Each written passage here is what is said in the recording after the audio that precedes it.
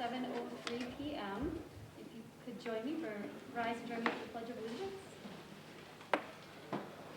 I pledge allegiance to the flag of the United States of America and to the republic for which it stands, one nation, under God, indivisible, with liberty and justice for all. All right. As always, we will be sitting socially distanced and wearing our masks except when speaking. And we have 2 members joining us via WebEx tonight. Starting with agenda approval, I do know of one change to the agenda. We are going to remove the October minutes from the consent agenda for both the regular meeting and the work session, and they will be reviewed in December. That's the one small change I know of. Does anybody else have any changes to the agenda they know of? All right. Can I get a motion to approve the agenda with that change of removing the minutes from the consent agenda? Oh, sorry. Motion from Wheaton, thank you. Second. Second by Forsberg. Any discussion? All those in favor, please say aye. Aye. All those opposed? Motion passes. Moving on to some future events, please visit the calendar at our website for a complete list of monthly events. Thursday, November 26th and Friday, November 27th, no school for students and staff, and the District Service Center is closed. Friday, December 4th, 2020, we currently have a school board retreat planned at 11:30 a.m. Monday, December 7th, no school for students, staff professional learning day. And Tuesday, December 15th, school board regular meeting at 7 p.m., which includes our truth and taxation meeting and includes communication to the board and administration beforehand at 6:45. All right, can I get a motion to approve the consent agenda? So moved. Motion by Strobel. Second. Second by Easter. To approve the following items of the consent agenda, bills paid for September 2020 in amounts totaling $3,482,521, and then personal items that were circulated. All those in favor, please say aye. Aye. All those opposed? All right, motion passes. Moving on to discussion reports and information items. Number 1, engaged and enthusiastic learners align work of adults to continuously improve personalized instruction and responsiveness to meet our students' unique and varied needs. Project update, inviting student learning environment, student social emotional learning strategies, and school-based mental health services. Dr. Tony Mayer, Director of Student Services Special Ed.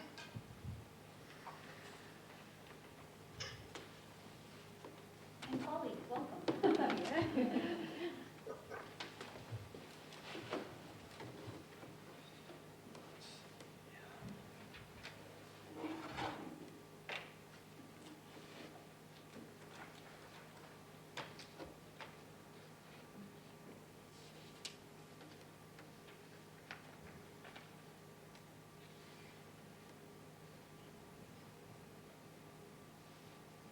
All right, there we go.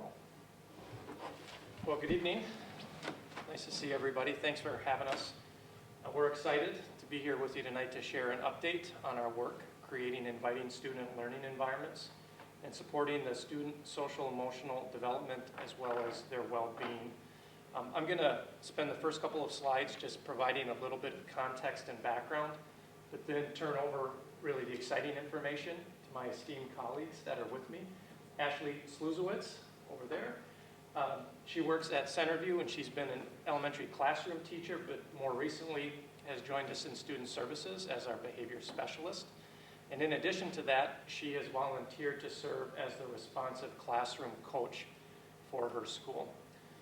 Along with her is Abby Pierce. She's our lead social worker. She's in her 2nd year in the school district and has spearheaded the vast majority of our efforts creating systems of support around student mental health. So they'll be sharing the exciting information and supports and services. All right, so I mentioned to you that this is an update, and in fact, creating inviting student learning environments has been something we've diligently focused on for the last 3 years. We're in our 4th year of this specific work. We've had district operational plan projects in each of the last 4 years. And the work we've done in this area has provided us an outstanding foundation to be able to continue to meet student social, emotional, and behavioral needs, regardless of the learning model that we find ourselves in. So we've been able to nimbly adapt and continue to provide supports as we transition between learning models.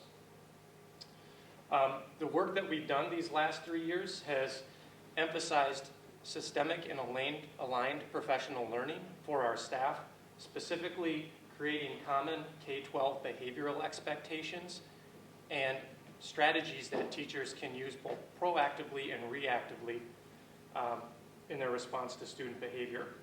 We've also developed and implemented multidisciplinary teams that we call PIT crews at each school. And these teams are comprised of experts across different areas, and they spend time kind of digging into the challenges that students and families may be experiencing, and to some extent diagnose what the root cause is, and then we're able to assign the person who is most equipped to meet those needs. And then lastly, we've been continually expanding our staffing in the area of student support around social, emotional, and behavioral needs. So over the last 3+ years, we've added school psychologist FTE, school social worker FTE, counselors for personalized learning FTE, and as you know, we've engaged in a partnership with Lee Carlson Center for Mental Health and Well-Being to add school-linked mental health therapists in our schools. So all of that has occurred over the last three and a third years. The next couple of slides that I'm going to share with you are intended to be contextual. They'll help you understand how we're organizing the rest of the information that Ashley and Abby are going to present, and they help you understand how we're conceptualizing our work around supporting student social, emotional, and behavioral development. So first, we conceptualized student social, emotional learning within a multi-tiered system of support, meaning the foundation for all students is to provide high-quality instruction about what our expectations are for them, and then use proactive strategies to help catch behavior before it even occurs. And that's the foundation that we have in place for all students. And when we do that work really well, it's effective for approximately 85% of the students. For those 15% of students that need something additional, we have 2 other tiers of support. We have targeted supports, which typically we conceptualize as small group kinds of support. And then there are other students that need really intensive, individualized kinds of services that we typically figure out how to deploy based on some kind of formalized assessment. And then within each of those tiers that I just described, we're trying to organize or categorize that in 3 different ways. And this has been the foundation for our district operational plan project this year, saying, yep, there are some things related to social emotional learning, which are the proactive practices that teach students the pro-social intra and interpersonal skills. We organize it around classroom and student management practices, so these are the proactive and responsive strategies that address challenging behavior and student social emotional well-being. And then the last one has to do with mental health services and supports, which we've talked a lot about over the last few years. So with that, what you're going to hear from Ashley and Abby is going to be largely organized into those 3 tiers of support, and then again organized into these 3 categories or chunks of work that we're doing. So with that, Ashley, I'll turn it over to you. So to start, we're going to talk about that universal support that we provide all of our students, specifically around social emotional.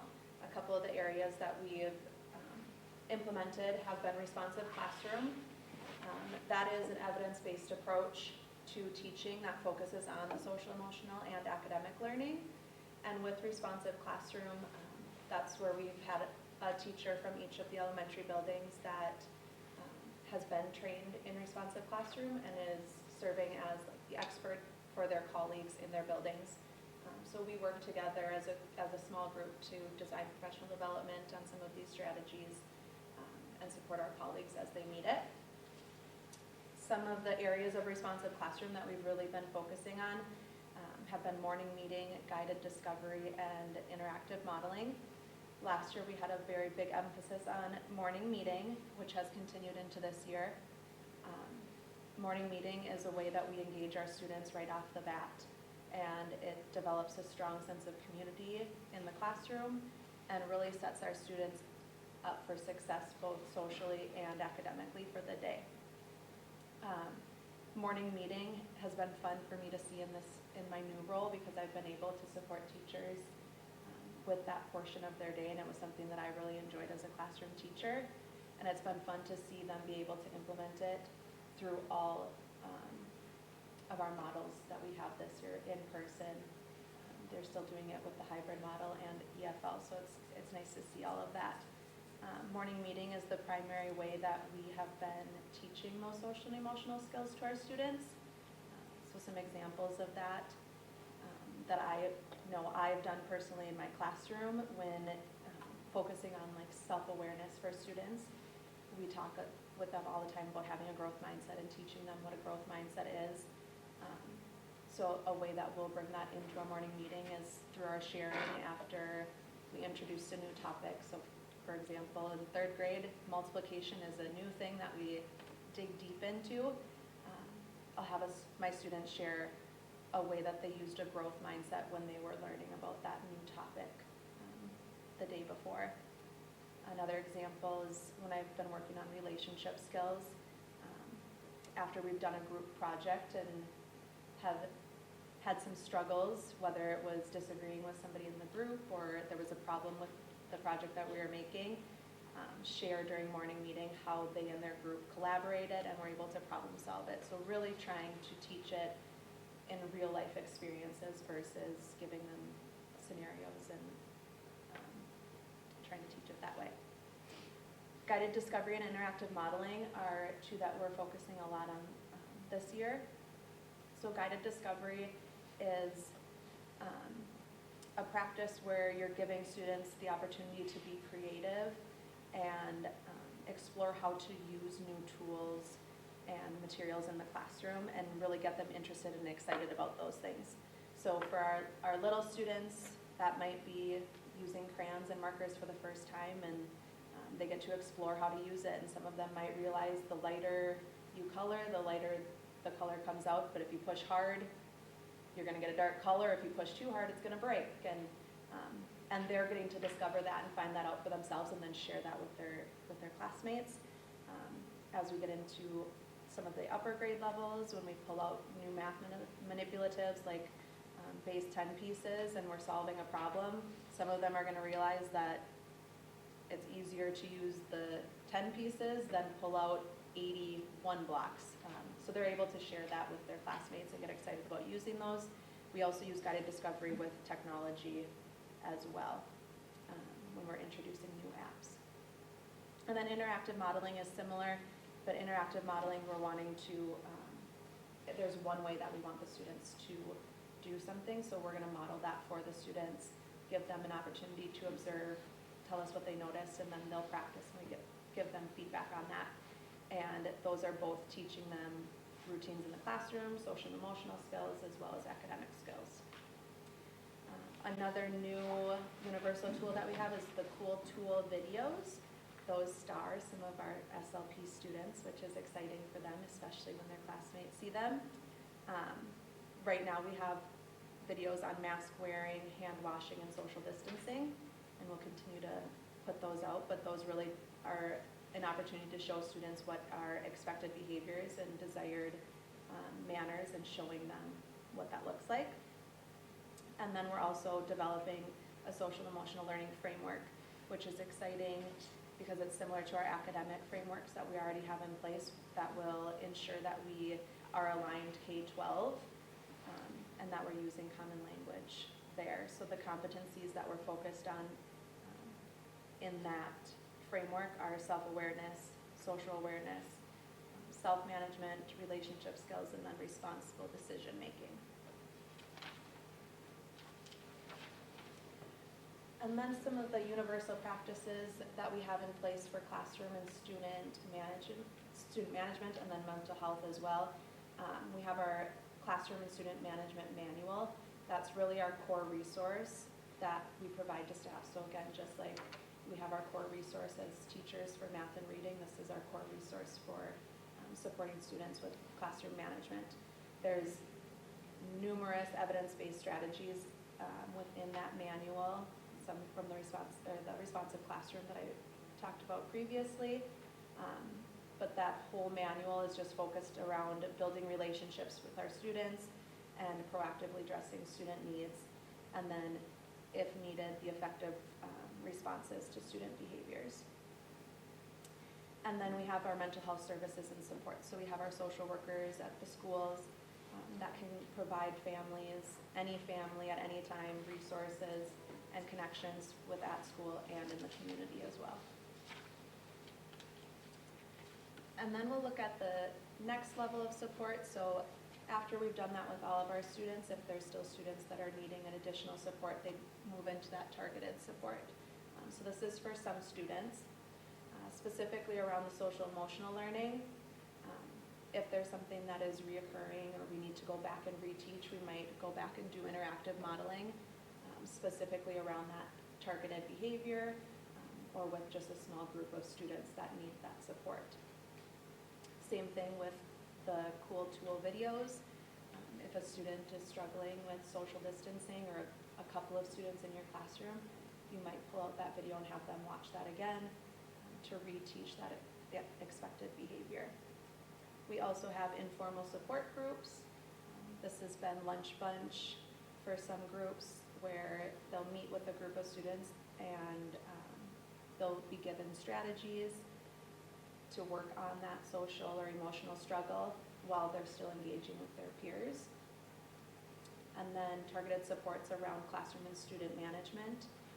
We've had an emphasis on social conferencing this year, which again is evidence-based.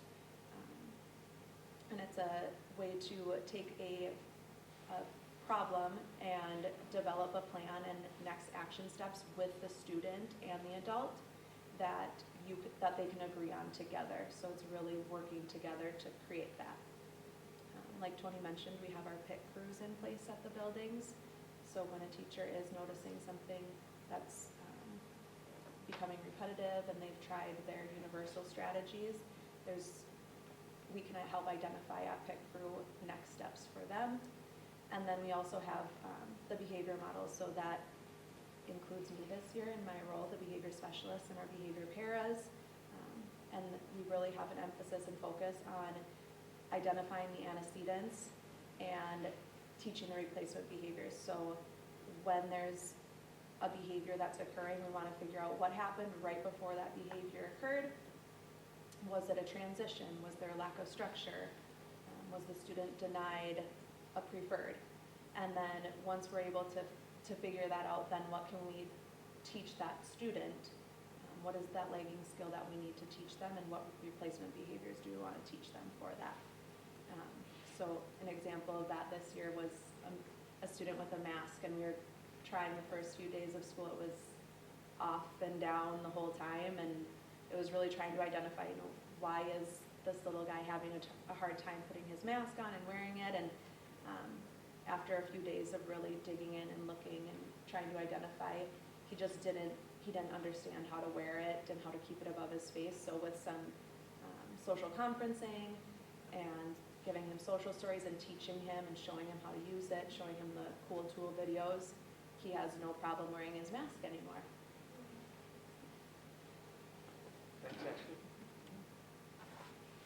Well, continuing on with the targeted support and looking at mental health services and support specifically, we have a number of items under that. One of them includes the individual student or family outreach. So there's families that may communicate with their teacher or through their administrator in their building, or a student may come to school and share information that may be some of their basic needs or some things at home. They could use some assistance with that. So there's targeted services available for those students or families in those situations, typically through the school social worker. The PIT crew may also come together and talk about, students of concern that need more of these targeted services. And then a social worker may get involved in that way and reach out to the family or the student at the school.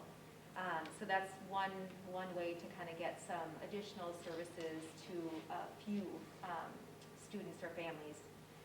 We also have, I can take this out, affinity groups, thank goodness. We also have services and support groups available at the middle school and high school through the affinity groups. You guys may be familiar with anything from theater to the Leo's Club. So different groups of kids, typically smaller groups of kids, can come together and practice some of those social skills and build those friendships around a topic that they're really interested in. Last year I had the opportunity to become involved with the Native American Parent Advisory Committee and have really enjoyed getting to know the families that come together. Typically we do a monthly meeting. They come in the evening, we meet over at Woodcrest. And initially it was lots of logistics and just figuring out different grant goals and things to work on. But we've really developed over the last couple of years of having students attending, all the way kindergarten, all the way up to high school students. And just the main focus was on building community.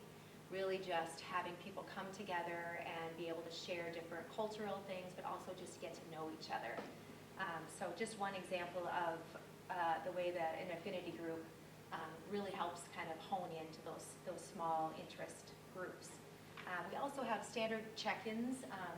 So the school counselors, the school psychologist, social workers, whoever in a building, depending on the need, may get information from a teacher or from an administrator, or again through the PIT crew, that a student could just use a little extra check-in. Sometimes a parent will reach out and just say, something's going on with Johnny, and he could just use someone, a friendly face in the building. So those really informal ways of reaching out to students and letting them know that there's an extra person in the building looking out for them, and they can come and say hi anytime they might need to. It's just another example of ways to give those services to the kids that need a little bit extra. We also have the opportunity, those same particular people have the ability to kind of focus in on a student for whatever reason, if they aren't able to maybe access the school-linked therapy or the parents aren't on board with that necessarily. The school counselors, the social workers, the psychologists could work on a particular issue that the student might present. So it's a shorter time period than maybe a mental health counselor would do it, but we have the ability to touch base with them, sit down, and really kind of focus on some coping strategies that they might need. We also have the ability to do that in a small group setting. So Ashley mentioned lunch bunch. I know Centerview had a lunch bunch last year, Park Terrace, and I know the social worker at the high school also has a group of kiddos. So last year the school psychologist and myself had a couple of girls identified through a couple of different ways, and that the way that they were needing wasn't exactly the same, the stuff that was coming up, but they were all kind of in need of, just socialization and maybe just having a grown-up there to help them talk through things and practice, socializing and giving each other a chance to talk. So Kelsey and I met with the school psychologist at Centerview, met with probably a group of 5 girls and just practiced those skills on a weekly basis. And some continued on working with them in other ways, and others I then worked with their families. So it was just a good way to segue into other needs that they might have had. So that was a fun group to have. So then we move on to that smaller portion of the pyramid, those intensive services. So the very few group of people that need more extensive services. So we continued our relationship with Lee Carlson Center, I think for the 3rd or 4th year now. And so we have schooling therapists in each of the buildings. And they are able to provide in-school services, working with the teachers and the students and the families around kind of those core academic classes to still see kids in the building during hybrid. We also are able to continue to link them to the virtual counseling supports. So if it works out better, or if the student is enrolled in EFL, they can still receive those services through Lee Carlson. We also we expanded our partnership with them to look at the early childhood mental health needs.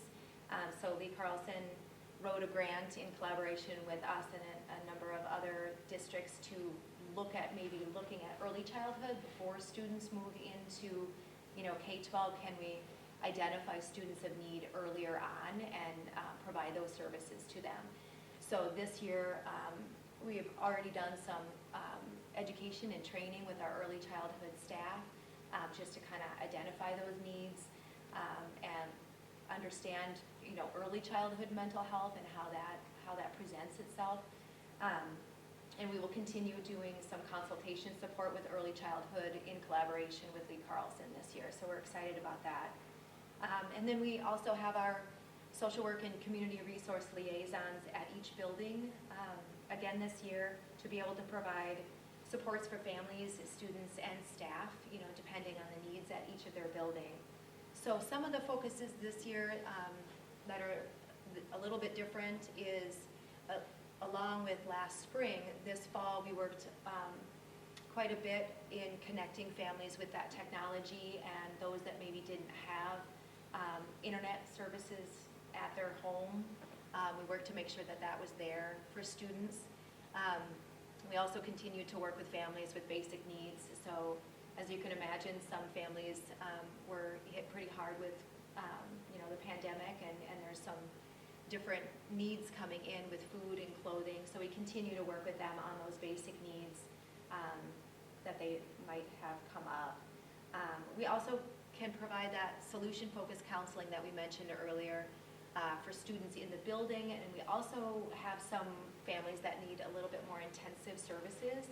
So families that are right now, perhaps going through tougher times, we can take that time because we're working with just a few families and really help walk them through connecting to community resources if they aren't already connected. Another area that we've been focusing on this fall is doing home visits whenever necessary and helping support attendance. So we do have some families that don't mind us coming out to the home and may need that support in that way. I was thinking of a family last year that I had the privilege to get to know, this little girl at one of the elementary schools whose dad was pretty sick. And I think the referral came in that the dad didn't have a great prognosis. He wasn't doing well. So I got a chance to get to know her through that process of just preparing for the fact that her dad wasn't doing too well. And went out to the home and got to know her, and she got to show me everything and tell me about what was going on with her dad. And then just a few weeks later, he did end up dying.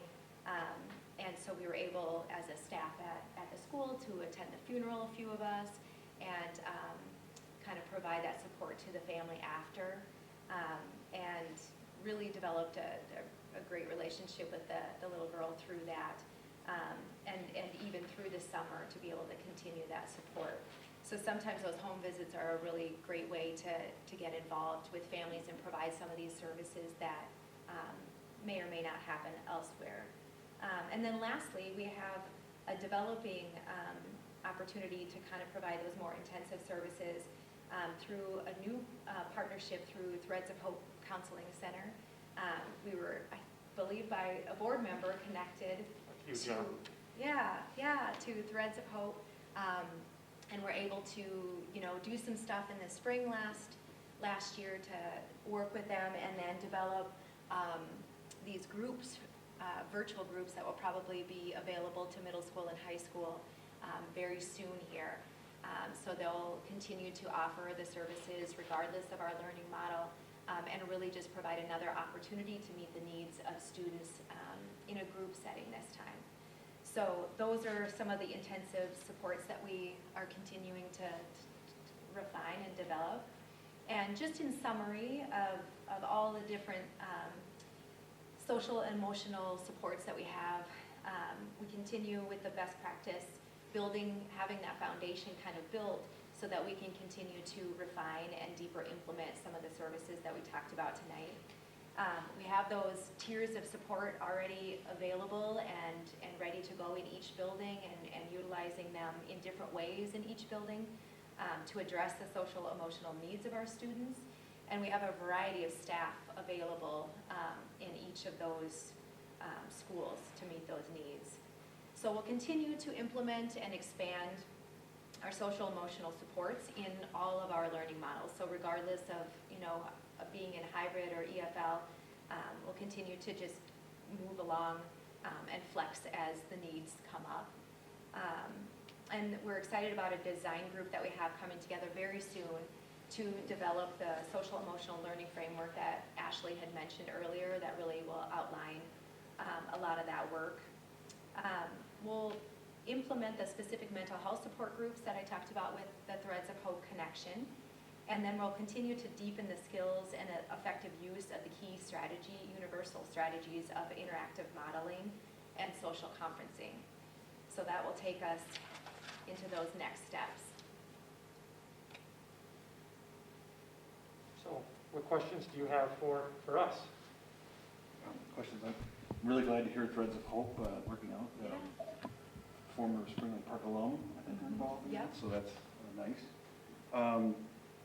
Related to inviting student learning environment, it would be nice if we could invite students to our learning environment on a continuing basis, but that's going to be challenging, it seems, with COVID. How is that, what are there specific things you're doing going forward that might be able to handle a full distance learning model? Or how do these things work in absence of on-site? Yeah, can you talk a little bit about how some of those supports look in distance learning? Yeah, I can speak to, a lot of the connections we have, whether it's through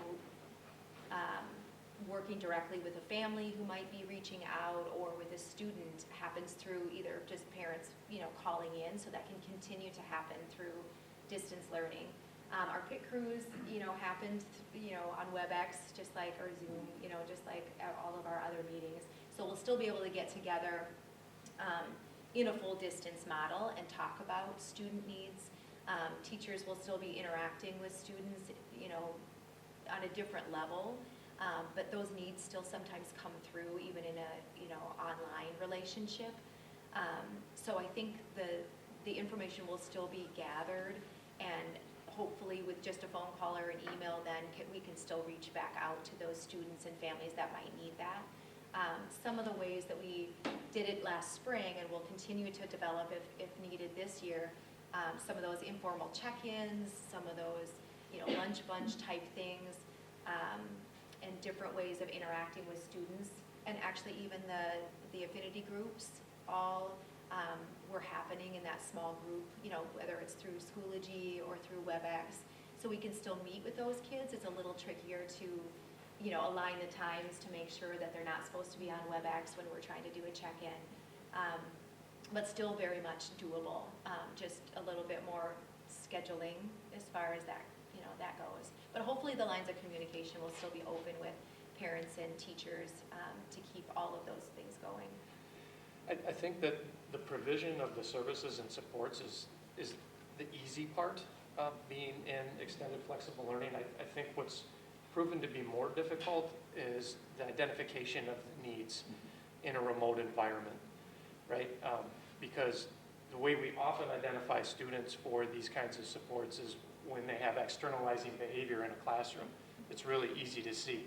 The part we're less sensitive to and less in tune with are the kids that may be struggling with anxiety and depression. And so some of the indicators are going to change in the distance learning environment, and we need to get dialed into that a little bit more.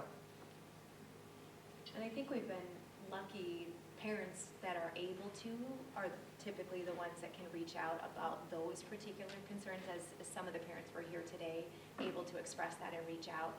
It's those, families that perhaps don't have that the ability to, or the knowledge to reach out, that we want to keep in mind, definitely, yeah. Amy? So in that, you kind of started to get into it there, but many, if not all, of the people that spoke to us today talked about mental health. And from the parents with their concerns to the kids with their concerns. So just even thinking about the high school kids that we had in front of us tonight, are they aware that it would be, that they can go somewhere for services? And how in touch are the students with that, or even the parents? Because you think about these kids probably aren't on anybody's radar. A lot of these kids aren't on anybody's radar, and things are very different right now. So what services are available to them? Or, and maybe they think that they can't ask for services because it's new, or it's not as severe as they think it would be, but it still could be necessary. Yeah, I think that we certainly can do more to help students know what supports are available, so they know how they can go about accessing them. They can raise their hand and self-identify. We can do more there. But the cornerstone of our model is one in which our staff need to be deeply in tune with what's going on with each of their students. That's the idea of knowing each student by name, strength, interest, and need. Sure. How are they doing? And if they're seeing something change, the young man who talked about going from being in all honors classes, being really successful, to now struggling, that should raise a red flag for his teacher. And within our system, that teacher needs to be bringing that forward to a counselor for personalized learning, possibly to a PIT crew, so other conversations can take place. Not to mention the teacher should be reaching out to the student, asking, hey, what's going on here? This doesn't seem like you. How can I help? And they may also then reach out to a parent if it rises to that level, and then be able to share with them that we have these layers of support available to them in the building, or with our relationship with Lee Carlson, or would they like someone to check in on them? So hopefully through all those different avenues, we're able to get that information out. But definitely having it be more available, on our website. We've utilized some information available on the website, and definitely as we look at transitioning to maybe a full distance model at some point, how do we get that out there so they are constantly seeing it and knowing that they can access it at any point? And we did do a lot of that with our family communication in the spring. That's through the right. messages that Erica and her team were putting together. But revisiting that, I think, would be really helpful. Yeah. And it might just have it be a little bit more visible. So people, if there is a website they could go to where it wasn't necessarily, I'm ready to talk to someone, but here are some key coping strategies, especially now as we get into the winter and it's going to be snowing and we're not going to be able to be outside and cases are going to rise. And so I think just a lot more of that heavy stuff is going to come out on these kids. Absolutely. Yeah. Thank you. Thank you. And great job. This was wonderful to watch this. Clearly, you guys are very dedicated and putting a lot of work into it. So thank you. They are exceptional. Yeah.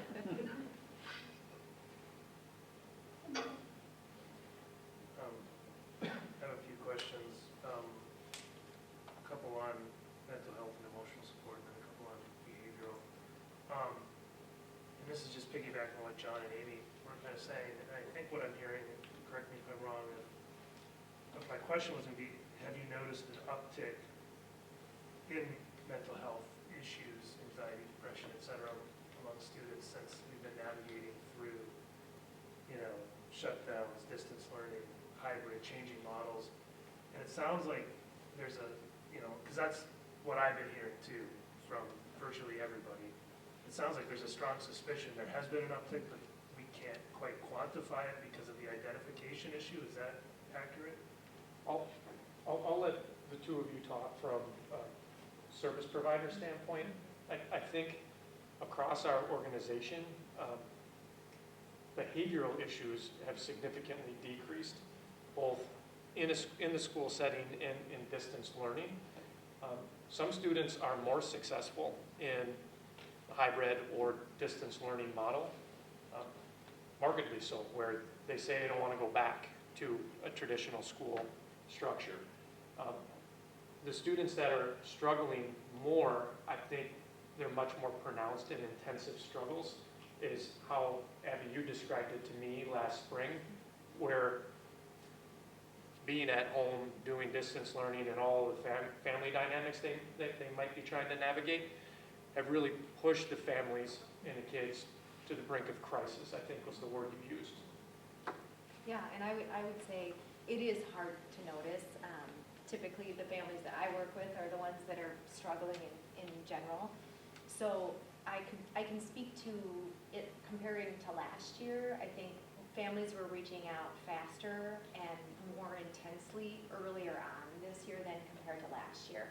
And I do think that the information that I'm seeing is that this pandemic is definitely a struggle for families that Tony was just referring to, that perhaps we're keeping it together and we're coasting okay previously. This is just enough to kind of bump them to needing more services. So I would say that I do anticipate, and especially in the long run, more of those social, emotional, and mental health supports are needed. In what I've seen so far this year, that is the case. But a number is definitely hard to kind of, Then the follow-up then is, if we're anticipating that, do we have the resources in place to identify and deliver? Yeah, that's a great question. One of the things that we didn't touch on in terms of our work this year and augmenting our multi-tiered systems of support is we're bringing online a universal screener for social, emotional, and behavioral needs. This is something that's very quick for teachers to do for their entire classroom of students. It's in the range of 1 to 2 minutes per student, and it gets at a number of key social, emotional areas. And it's one data point that we can use to hopefully get ahead of some of those mental health or behavioral, emotional challenges that they might have before they get to crisis. So that's one way we're trying to do that, Michael. Yep. Is that like an online form? It is, yep, it's an online screener, Okay. yep. My next question is, it's more curiosity. Maybe particularly for younger grades, but I suppose it could be for any grade. But is our teachers, how are we training them, or are they being trained on dealing with any behavioral issues that might come up online? I can imagine that's a completely different thing. It probably doesn't happen that much, but I'm just curious how that plays out. And I might pull Hope into this a little bit. We have had some situations where students were ghosting into their WebEx meetings and saying inappropriate things. So we've widely communicated to staff strategies for locking their room, making sure that students are identified and that their picture is visible, strategies for how to expel individuals if they're acting inappropriately. And we've also communicated, what are some strategies teachers can use if they're seeing or even feeling that something is off with a student? How might they hold them back in a WebEx and talk with them individually? And then who do they reach out to for additional support or follow-up? So that makes sense from like the older students who might be doing some things like that. But what about like a younger student who is being disruptive, intentionally, unintentionally, whatever the case may be? How does the teacher intervene in an online situation like that? Ashley, you want to talk about that last year from your experience? Yeah. So to start, I think you'd be surprised that is not a huge occurrence, which is nice. But we talked a lot about, as we've been implementing social conferencing, and we have students where things like that would occur last year, just having them stay on the WebEx. So once we're in a whole group live lesson, at the end of it, just saying, I need these 4 people to stay after, and then we'd have a social conference around whatever that disruptive behavior may have been. Also being just open with our families and communicating with them as much as possible. So we did have a student in particular that was messaging others to jump in and start playing another game, and it continued to be a reoccurring problem, so we just called the family, and that was no longer an issue after that point. But the breakout rooms and things on WebEx are really helpful for being able to address some of those. Just add, there's also been part of each of the schools' professional learning plans that I've seen, that between the principals, their innovative personalized learning leads, their student services leads, that they're providing professional learning at each of the schools in this area. Things like as simple as what are visual cues or call-outs that they have just to get all of the kids' attention and, okay, we're getting started. Things like that, what to do to get different kids' attention. So that is something that at each of the schools, beginning back in August, that they're professional on that. I don't know, actually anything else. Yeah, just to add on to that, I think the spring there were maybe more challenges around that, but this fall, I mean, the amount of work and thought that went into what the school year was going to look like is amazing here in Spring Lake Park, and I'm speaking because I have a husband and a mother who are in different school systems, and theirs looks completely different than ours does, and I feel like we really hit the ground running, and we had our stepping stones in place to be successful. We, right off the bat, had started talking about these proactive strategies that we can use. So using interactive modeling with our students right away, showing them exactly how to log into a live WebEx lesson, what it looks like to be an active listener in a live WebEx lesson. Teaching those foundations, because in the spring it was hard when we were thrown into it and we were having to teach it while we were doing it. So teachers have been either in the hybrid model starting to introduce some of those expectations and already using them, and then even the K-1 teachers are having their students use and practice those things in the classroom, so that if we do end up full distance, they already have been exposed to that, and we've been proactive in teaching them those skills and expectations. I want to know how Tony and Sarah are doing when they're active listening on your update. And then just a couple just basic behavioral questions that don't necessarily relate to online. And this is a repeat of things we've discussed like a couple years ago, but I might as well bring it up again. But there's a lot of different strategies and 3 different tiers, and I'm going through that. And, that all sounds great, but I guess my question is, at the end of the day, are we holding kids to the same behavioral standards across the board? I mean, or are we relaxing standards in these different phases or for these different set of kids? No, this is just a general behavioral question. That's No, my hope and expectation is that we're not relaxing on behavioral expectations. I mean, obviously they're going to be different at different developmental levels, right? Because younger kids haven't acquired all the same skills that older kids have, but I think that. when I say, I'm sorry, I wasn't clear. I see what your question was now. I get it. My question wasn't clear. What I mean by relaxing is just, if we've identified these group of kids that need to go to this stage, or the targeted or the intensive above that, are those kids that are separated from the 85% or need those additional resources, are we relaxing our behavioral standards for that group of students? I guess that was my question. Success looks different for them. So if we have an intervention plan in place, we want it to be effective so they're not disrupting the learning of others or their own learning. And if they're making progress, approximating the expected behavior, then we're on the right track. Well, I just want to, so the quick answer is no.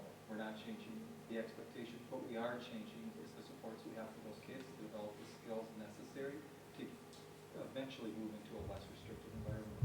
So those kids, then more restrictive environment may just look like going to social emotional behavioral groups and getting some skill development that they can have for when they're back in class. Some kids, it might mean that they're spending 65 to 90% of their day in a smaller room working on those with real supports from staff to develop the skills to be more successful. So the expectations are the same, the supports that are brought to those children or to the kids at those different levels is what's different. And that's, for example, what Ashley really works, and that's her role, is sometimes really intensive supports with an individual student, and then as those students might move back into the classroom, it's working with the teachers on what do the teachers maybe need to do differently with that child? What are maybe some triggers for that child to avoid? What are the things we're working on to really help that child see when they're being successful, because they don't know that and don't see that. They don't recognize when they're being successful like another student would. So that's what that we have at each school. Like Ashley's role is really providing that support for teachers and students, so she kind of has that dual role.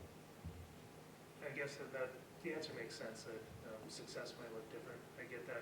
I'm just hoping that when that's playing out, that we're also very cognizant of the disruption to the other students' angle. Yeah, which is why I led with they don't get to disrupt the learning of themselves or others. And then, sorry, there's a lot. My final question, and I've heard this from, and this is younger grades, and I've heard this from a couple different people, so I figure I might as well just ask it since we're on this subject. And I've heard from a couple different people, like something that gets them riled up as a parent, and this would be at like kindergarten, first grade, maybe second grade, in that really young area. I've heard stories, I think maybe I mentioned it to you, I don't remember at some point, but where there's a really, really disruptive student who's having a meltdown, for lack of a better word. And they tell me, well, instead of removing that student, they removed the whole class, and they kept that student in there. And it just rubs people the wrong way, and I just thought I'd bring that up and see what the story is there. I think those are very challenging decisions for teachers to make in the moment. Sometimes it might be the safest and most expedient thing to do to remove the other students. But there are situations where if we have the crisis team on site, we're able to do a physical escort of the student. So it does go both ways.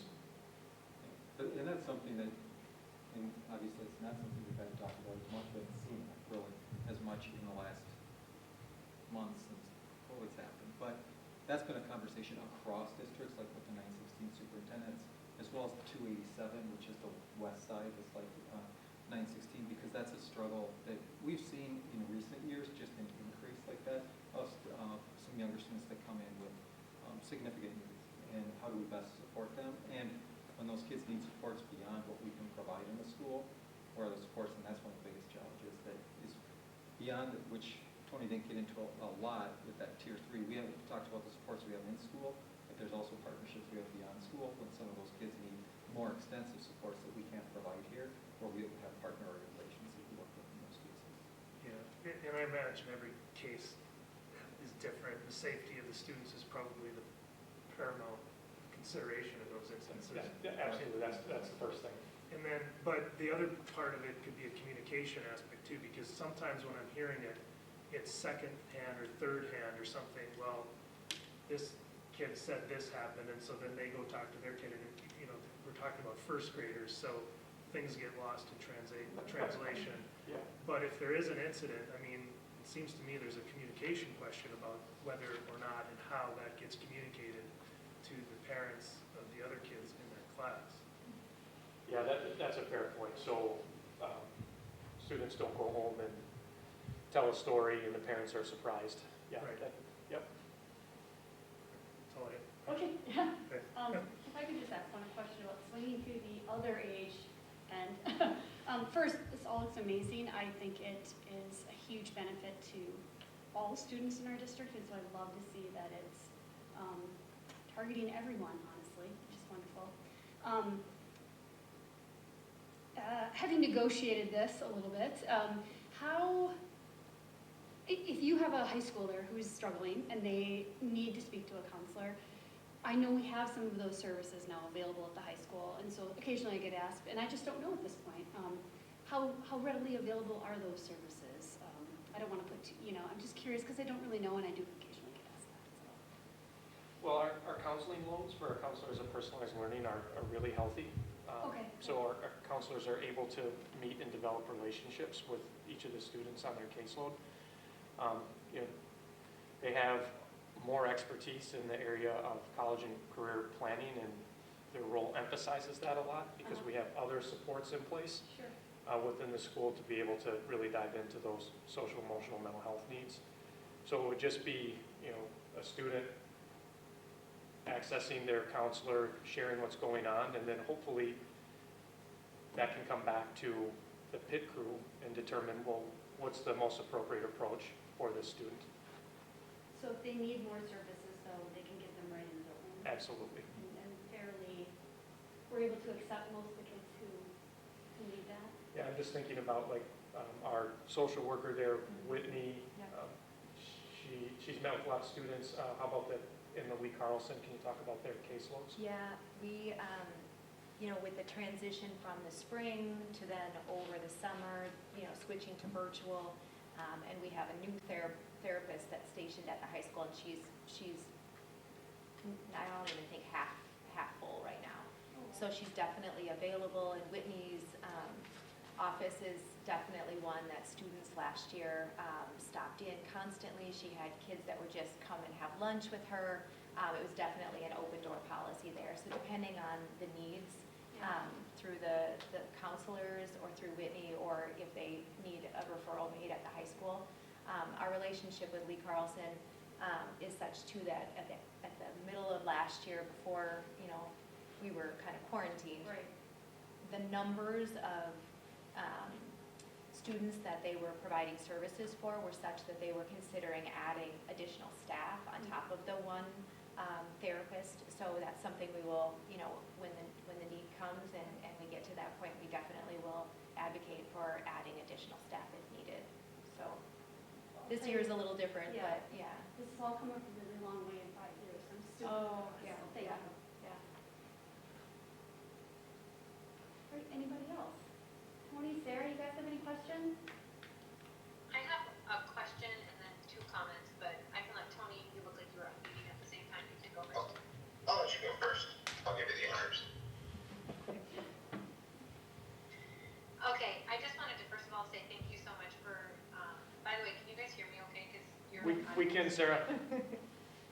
Yes, okay. First of all, just thank you so much. This was really beneficial. I have not heard this presentation before, so I didn't know a lot of these services were available, so it was really nice to hear all of that. So thank you for that explanation of everything. Thank you so much for all that you're doing.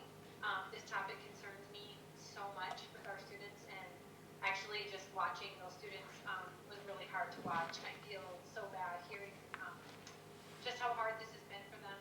So I'm really glad that these services are in place. So my question is there a way that teachers, especially in the older grades, could talk to their students like just, maybe even once a trimester or something, and just kind of make this announcement in every single class, and every teacher, every class, just say, I just want to take a few minutes at the beginning of this class and talk about a hard topic. If you need help, if you are needing to talk to someone, there are so many people available. Here's how you would get in contact with them, and just kind of give them that information so that they do know who to reach out to if they need to. Sarah, this is Jeff. Yeah, that is something right now that through their advisories and with their teams and so on, that they are building into the conversations already. Okay. So, yeah. Okay, good, because I think this is really helpful information, and I think sometimes just, kids need to know where to go. Then my other 2 comments just really quickly were about the morning meetings at the beginning of the presentation, and I just wanted to say it wouldn't even seem like that would make that big of a difference, and also sometimes teachers might think that it takes up a long time, but I can't tell you from a parent perspective how much my kids love that. They will come to lunch, we have lunch together all the time now, and they'll just tell me at lunch like what the teacher said and what some of the kids said. So-and-so got a new dog, or so-and-so has a new baby brother, and just that connection, it's like such a big deal to them right now. So I just wanted to applaud whoever came up with that idea, and also the teachers that continue to do it, even if they think kids are getting too old for it. It seems as though they're not, because it just is it's a big hit in our house. And this is just kind of a silly thing, but I just want to say, in case any teachers hear this, one of our teachers that our daughter has asked on Mondays for Monday morning, the meeting, the class meeting or whatever they call it on Mondays,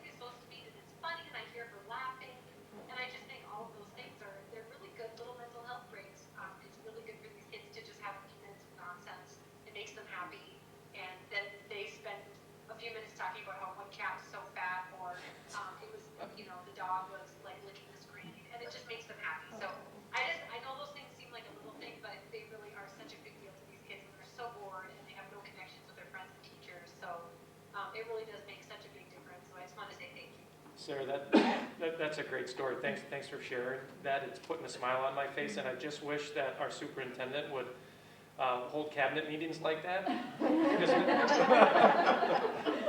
Because my cat has made a few appearances in our meetings. Note to self, Jeff. I just bring my dog to school. All right, Tony? Yeah, I'll just make mine really quick. I just want to say to Tony and team, excellent job on what you put together. I remember, Tony, when you first joined the cabinet, there was a lot of work to do. You laid a great foundation, and I just feel like this is groundbreaking and trend-setting for the district, not just for us, but it feels like it's an example for other districts to follow. So thank you for all your work around that. My question, and Jeff touched on a little bit, is that there are some support outside of school. Does that carry over to post-secondary? I'm just curious, are we providing some tools or some support for students who graduate and go on to post-secondary and still need to have some type of support, whether it's mental or social? I can speak to it from the mental health standpoint, that if our students are connected with Lee Carlson Center and have a school-linked mental health therapist, their relationship with Lee Carlson doesn't end or terminate just because they graduate. They're able to continue on with their therapists. All of the therapists that work in our schools have office hours at Lee Carlson beyond our school time, so that relationship can certainly continue. I would just add, Tony, it's the idea of having a student learning plan. And while we're in the midst of moving that forward, and this is definitely not where we're at, but it's something we aspire to. Again, that's not just a plan for while they're with us. That's a plan that should guide kids for what are their steps beyond Spring Lake Park High School. So that's something that if kids need that, how do we help them take that next step successfully beyond our high school? We haven't arrived at implementing those plans yet the way we'd like to, but that's what we're working towards. And then I'd just share informally too, the one thing I've been unbelievably impressed with here in Spring Lake Park over my 4 years are the relationships our staff develop with students, and students continue to come back and visit their teachers, visit their counselors for personalized learning. We're not turning them away at the doors. Those relationships are alive and well. So it's not a formal support, it's not a formal structure that we have, but it's something that our staff are continually engaged with. Thank you, Troy, for calling that out, because I will share that both my son and daughter, who have both graduated, specifically my daughter, still to this day talks about how wonderful her experience was at Spring Lake Park and how she wished college was exactly the same way. And it's all due to the relationships she has built and created with a lot of the teachers that she still will stay in touch with today. That's awesome. All right, anybody else? Thank you very much. Thank you guys for your time. Thanks, everyone. Nice to meet you all. All right, moving on to effective operations, improve our effective management of human, financial, and physical resources, monthly financial report, September 2020, Ms. Lainey Schultz. Good evening. So tonight we are starting up our monthly financial reports for the 2020-21 school year. So the board's heard these for many years, but just as a quick update, these are cash basis reports. So they don't always reflect necessarily what we see at the year end. We compare June 1 to our audit. But they do reflect the cash as it comes in, which for school districts is not similar to a business where it might be very similar month to month, but does roll up and down based on how the state, what they call meters or aid payments, and when our property taxes come in. So with that, we will start for this month. We are jumping to September. We don't do July and August. That's really where we focus on wrapping up last year, and so many changes are made through those months between funds and accounts that we really just want to focus on when we come back in September and what that looks like. So with that, the treasurer's report, this shows our beginning balance, beginning of September then, receipts and disbursements. So of the receipts, the bulk of these, really, when you're looking at the general and the community ed and debt service part of them, 5.3 million of those receipts were based on state aids that we received. No tax receipts in the month of September. With that, you can see we do have a negative balance. Food service at the beginning of the month and the ending of the month, it was positive. We did get 2 months, August and September, in that 1 month, so it started negative, came in positive. Community ed, I would expect to continue to see running at a deficit as we go through. Some of this is just based on when we receive aid and levy payments. And some of it is that we are continuing to run programs without the revenue to offset those. Daycare being the primary one of those, so. Are those supported with some of the COVID funding, or? Yes, we will be using both the CRF one as well as the CARES funds to offset much of that expense. On the statement of revenues, on this one you can see our September month-to-date revenues, where we are year-to-date, where that compares to the budget that was approved by the school board in June, and how that compares to the 2 previous years in September. You can see we are down a bit.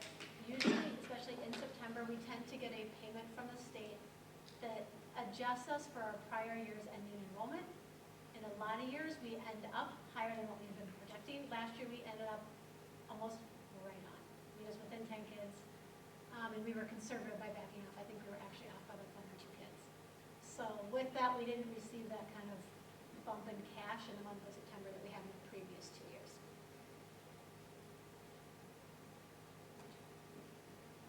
On the expense side, you can see on this one, we are, especially in the general fund, quite a bit behind where we were last year, as well as somewhat behind from the year before that.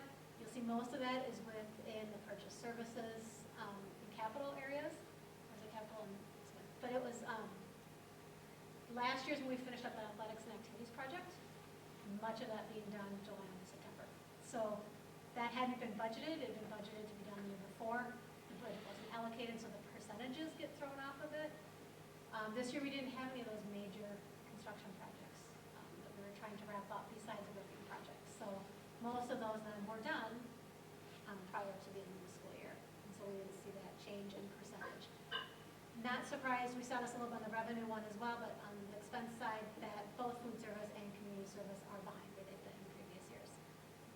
Both on revenue and expense, both because we are in meals, we are not serving as many, so the expenses are also down there as well. And community ed as well. When it comes to the expenses that are, we aren't incurring expenses for some of the programs that aren't running, and that might be facility rental and areas like that. So that is what we have for the monthly financial statements, if there are any questions on that. Anybody? Amy, I have a quick question. Yes. For the funding that we'll get for COVID. Will that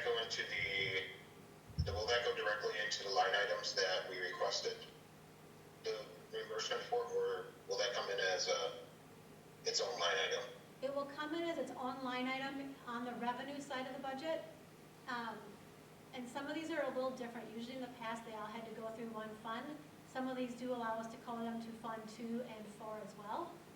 So they will go back into a revenue code, and there's, of course, specific UFARS codes that have been set up to track both the revenue and the expenses. So we've created probably about 20, 25 new codes so far to account for the things on just the coronavirus relief fund grant, and we'll be looking at creating also new ones because they all have a separate part of the code that has to be deemed separate on each one of the grants.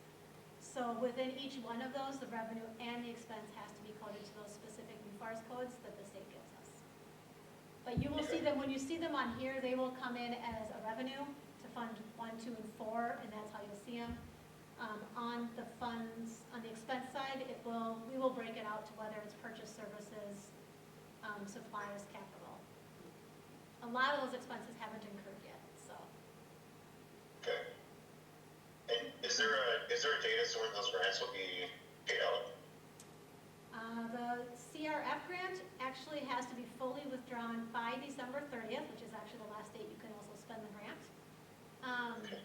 The other ones we have not actually applied for yet. That's kind of one of the next things we're looking at doing. We know a great deal of what's gonna go into it already.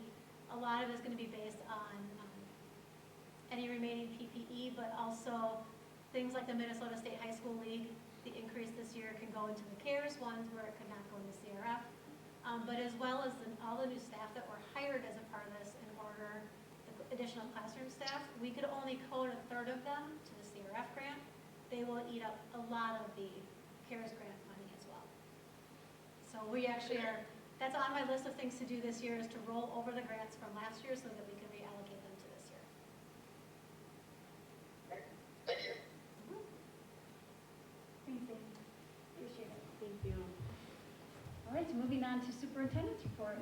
All right, so I'll just wait for Erica to pull the presentation up on the screen. Got a short video at the end for you to watch if she's playing from her computer. Video, yay. All right, so first off, earlier this evening, we had a work session prior to this meeting where I updated you on the, where we sit with our COVID case numbers. So we should play here, we'll get to that. As you're well aware, Anoka County COVID-19 cases have been increasing dramatically in recent weeks. This Thursday's report, you can see this goes back each Thursday. We receive a report. It's the cases per 10,000 residents. There's thresholds at 20, 30, and 50. 20 that requires elementary to go hybrid, to a hybrid learning model. 30 cases per 10,000 that requires secondary to go to distance, and elementary can be in hybrid. And then 50 is where K-12 moves to distance learning. And at that point where you need to meet with the regional support team, which comprises staff from the Minnesota Department of Health and Anoka County Health, and we meet with them and assess what this means for our school district. You can see this has been every Thursday it's released. It's based on data 2 weeks back, so it's lagging data. For that reason, we also look at cases that have happened recently. We expect that this Thursday's data will exceed 50 just due to what's happened in the last 4 weeks. You can go to the next slide. Yes, we'll put that on. Yep. Oh, no, maybe you're, go ahead, you might answer that. Okay. So these are the daily cases that we see. This is and this is based on the MDH, Minnesota Department of Health, released each day at 11 a.m. So these are the cases that it released. You can see today that for the first time, Anoka County hit 500 cases. And it's just since October 31st. Prior to that, we were, earlier in the year, September through most of October, we were seeing anywhere from 30 to 60, 70 cases at most through that time. So it's been a dramatic increase in recent weeks. So these are not actual numbers, these are not the same numbers they use in per 10,000. Right, so in per 10,000, so these are daily cases, and these are based, and whereas they use the specimen collection dates. So these are the dates that they were identified as positive cases. The numbers that they use to calculate that number is based on the date the specimen was actually collected. So it's always going to be a little different. So I know that myself, I've been looking at this, other people look at it, and they look at those dates, calculate, and you can never get the same exact numbers of MDH, and that's why, because we don't have the specimen collection dates, we just have the dates that was positive. So, but you can see it's increasing, it's usually pretty close. The next slide, which you'll see, is this is our local data that we have to, that are some of the things that we look at. This is a question we've been getting a lot, what's happening in your community. So we currently have 26 active cases within our school district, and obviously now this is through primarily grade 6, a little bit grade 7, 8 for some of the kids that we have at school. But we have 26, 15 students and 11 staff. That's an increase since last Friday of 12. Cumulative cases, we've had 60 over the course of the year. We currently have 118 that are quarantined. That's 46 more than we had quarantined just last Friday. So what's happening in the community, we're seeing a little bit of an impact now here in the schools as well. So it's nearly doubled in that time. So we all know, we got to hear earlier this evening from some students and parents where they really value being in school. And I love to hear that they value being in school. That means there's some good things happening when they're here. And I want to see that as well. It breaks my heart to hear those kids say they want to be in school. I'd love to have them here as well. At the same time, we need to position ourselves to adapt to what's happening in the community, which may necessitate that move to distance learning. I know just this evening while we've been meeting, I've had emails come across to me from a number of other metro area districts who are now seeing that transition. So we'll wait until we meet with the regional support team later this week to get that guidance and direction from them. But that's where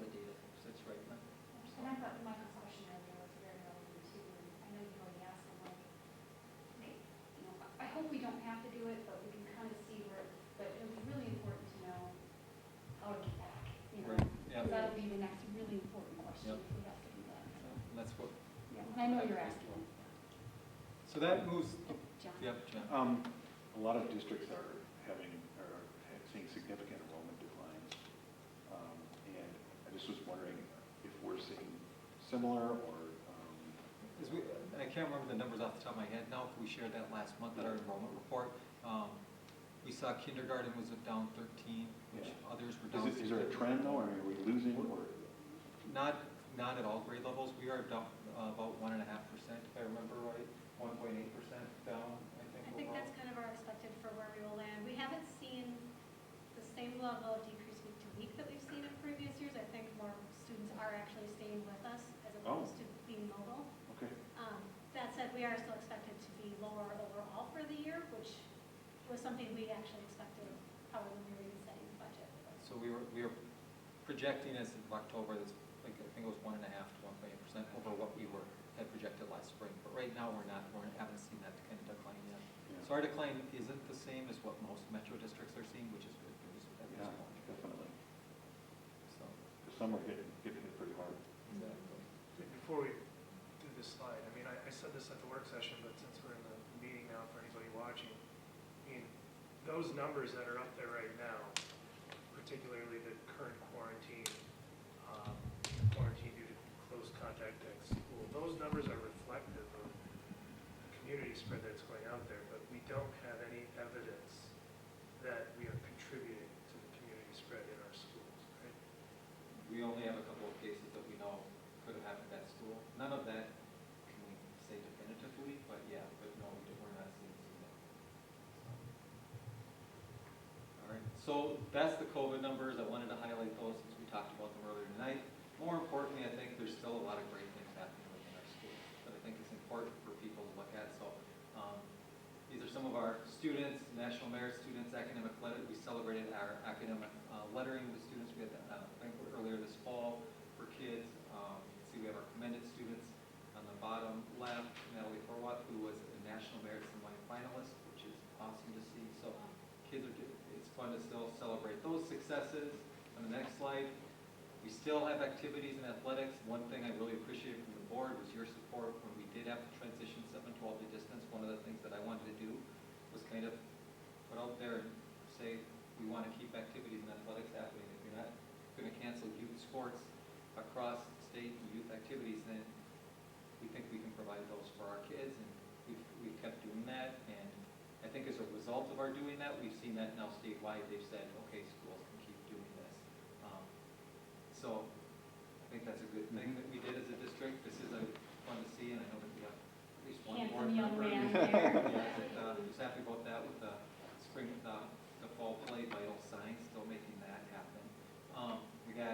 These are just some pictures of kids getting the senior center visits that we still had happening. That one brought tears to my eyes when I looked at the kids outside the windows, because we've had that relationship up at North Point for a number of years where the kids go and meet with the seniors. When Judy first told me they were doing that again, I'm like, whoa, what? And then I found out it was through the window like this, and that's pretty awesome to see. We had the election voting that kids were doing, and then on the lower right, you can see we had I can't remember who the mask donation from. Village Bank. Village Bank, so that's, Is that a poll with her?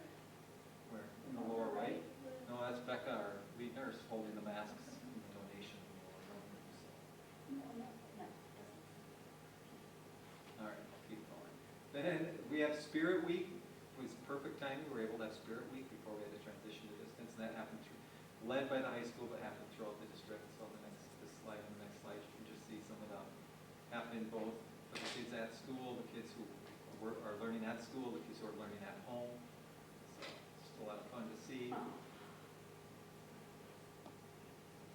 So, and then this last one I want to share. So I think it's tomorrow, it's Veterans Day. And normally we have all kinds of fun things happening where we have grandfathers coming in who are veterans, with mothers and fathers who are maybe currently serving, and others, so the kids get a chance to engage. This year we can't do that. So Eric and our team did the next best thing, so this will be able to be shared tomorrow.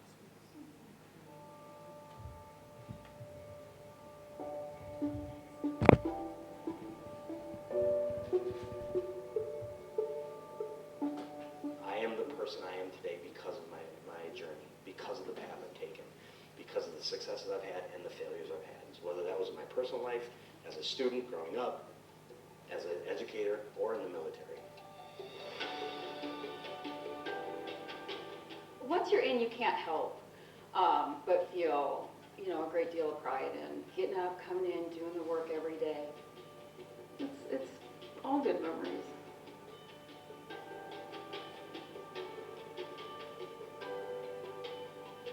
I had an aunt who was in the Navy at the time, and she said, "Oh, you should check out this ROTC thing." I applied for a scholarship and received one, and so that's how I ended up in the Air Force. I was 19 when I joined the Army National Guard. I was a sophomore in college. It was actually during the first Gulf War. I served for 12 years, right up until 2002. Then I was in a unit that was deployed right after 9/11 in response to 9/11. And then my deployment ended. My daughter was 6 months old, so I didn't re-sign at that time. So this was probably one of my favorites. They took us all out to let us go up with pilot instructors, and I didn't throw up, and I'm pretty proud of that. Once I graduated, I was commissioned as a second lieutenant. First duty assignment was Lackland Air Force Base in Texas, which at that time had the largest Air Force hospital, so I was at Wilford Hall. And then was assigned to Andrews Air Force Base in Maryland, to Nellis Air Force Base in Las Vegas, received my master's for nurse practitioner, went to Hill Air Force Base in Ogden, Utah. One of the things, as an officer, especially in the military, you're the role model. And I think that's something I really try hard to bring with me here, that, these young people are impressionable, and if I can lead by example, if I can show them, how to treat each other, how to take care of their health, those types of things, that's probably one of the biggest lessons that I pulled from the military. Infantryman, teacher. They may not be terribly parallel, but the core values are. The working together for a common good is. The need to collaborate with others for our collective success. The willingness to sacrifice for others' gain, that is absolutely a parallel. That has stayed with me since my service, certainly since day one in basic training, and it aligns with how I approach school and education as well. It's really important to me to always come in and give my best. And regardless of what's going on with me and my life, I'm there to give the students my best, regardless of anything else that's happening. I know a key reason why I served was for diversity of thought. I know that I served so that those freedoms would be guaranteed not just to me and my children, but for generations to come. And one of those key freedoms is that people don't have to think like me to be a fellow citizen. So in the same way that people join the military in service of others, we as educators, and every teacher I know, join this profession to serve children, to serve the development of children, and young people who someday will be in our position to turn around and serve others.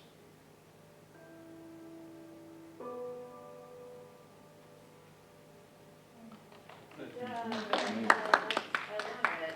thought they both had a great message to wrap up with. So that's it. That was wonderful. Thank you, Erica. All right, moving on to action items. Approval of the 2021-2022 school calendar. We have seen it. Are we gonna see it again? Or same as before? Okay. Nothing changed. All right, can I get a motion to approve? So moved. Second. Strobel. Motion by Strobel, second by Wheaton. Any discussion? Same calendar we saw last time. Anybody? Questions or comments? Let's go for it. All right, excellent. All those in favor, please say aye. Aye. All those opposed? Motion passes. All right, moving on to acknowledgement of gifts. Is there a motion? Motion by Ms. Forsberg, Second. second by Easter. Nice. To adopt the following resolution, whereas the School Board Policy 706 establishes guidelines for the acceptance of gifts to the district, and whereas Minnesota Statute 465.03 states that a school board may accept a gift of real or personal property by the adoption of a resolution approved by 2/3 of its members, therefore be it resolved that the school board of Spring Lake Park Schools accepts with appreciation the gifts as shown in the attachment and on the screen. Any discussion? As always, we are incredibly grateful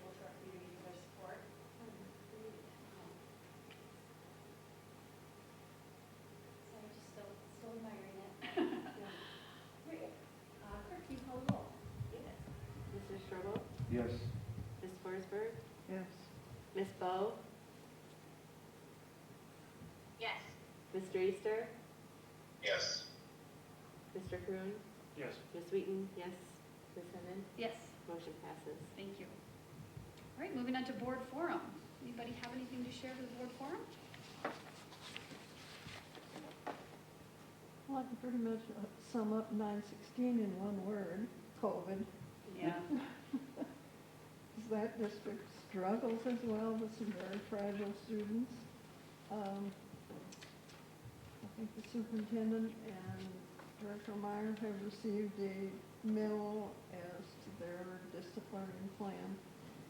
And that will stay in place.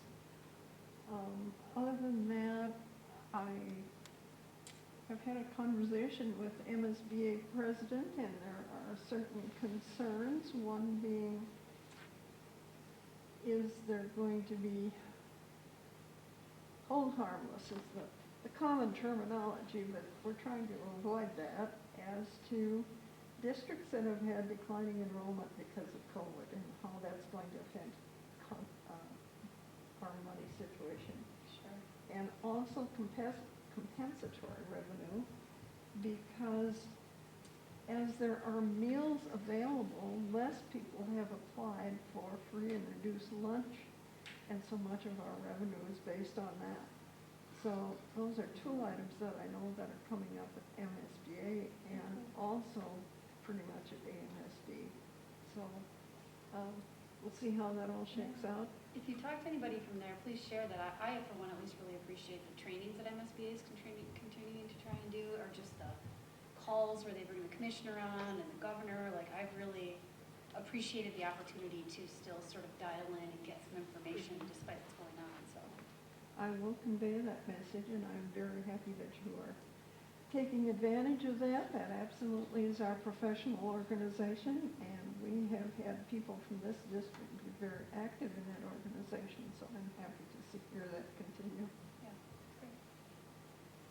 Awesome. Anybody else? John? I'll just say one quick thing. The MSD board meeting was last Friday, and I guess the biggest thing on there is the school finance working group has presented their report, their 80-20-10 report, which was presented to the Education Commissioner. There's a lot of details in the report, but it is available on the MSD website if you are interested. So. Anybody else? I have the Woodcrest Spanish Immersion PTO meeting. I mean, they're still holding their meetings. It's wonderful. This is my third one. And they had they didn't raise a lot of money with their dance-a-thon that they had for their fundraisers. They're taking another look at their budget, but they're still planning different activities for the kids. They had kids join us for the first 15 minutes last night for bingo. So they did a bingo game, and so there were kids all over. So that was kind of fun to see in the little Brady Bunch squares. But they're struggling with things like getting, trying to figure out if they can check out books. You know, you have a library, you have resources. There's 5,000 Spanish books there that are kind of going unread, and so they're hoping to get some kind of a system set up, whether it's volunteer or through the school, so they can get in there and get those kiddos some Spanish books, because they've worked hard to build it over the years. So, but they're still really positive and coming up with cool different things to do with the kids. So. Awesome. All right. Anybody else? I just want to echo people take a look. I think that the work of that finance working group is really important that John emphasized, and taking a look at that, because I think there's no way, and they spoke to this last week, that they'll ever get everything that's in there. But it really is important to the future of a district like ours that's low on the end of locally voter approved levies, and it would be nice if they could get some equity and funding across the metro area and other things, and I think that this plan is really attempts to do that, so it's worth taking a look at. It'd be nice if we could actually be able to have a real conversation about making progress with that this spring. It would be interesting to do.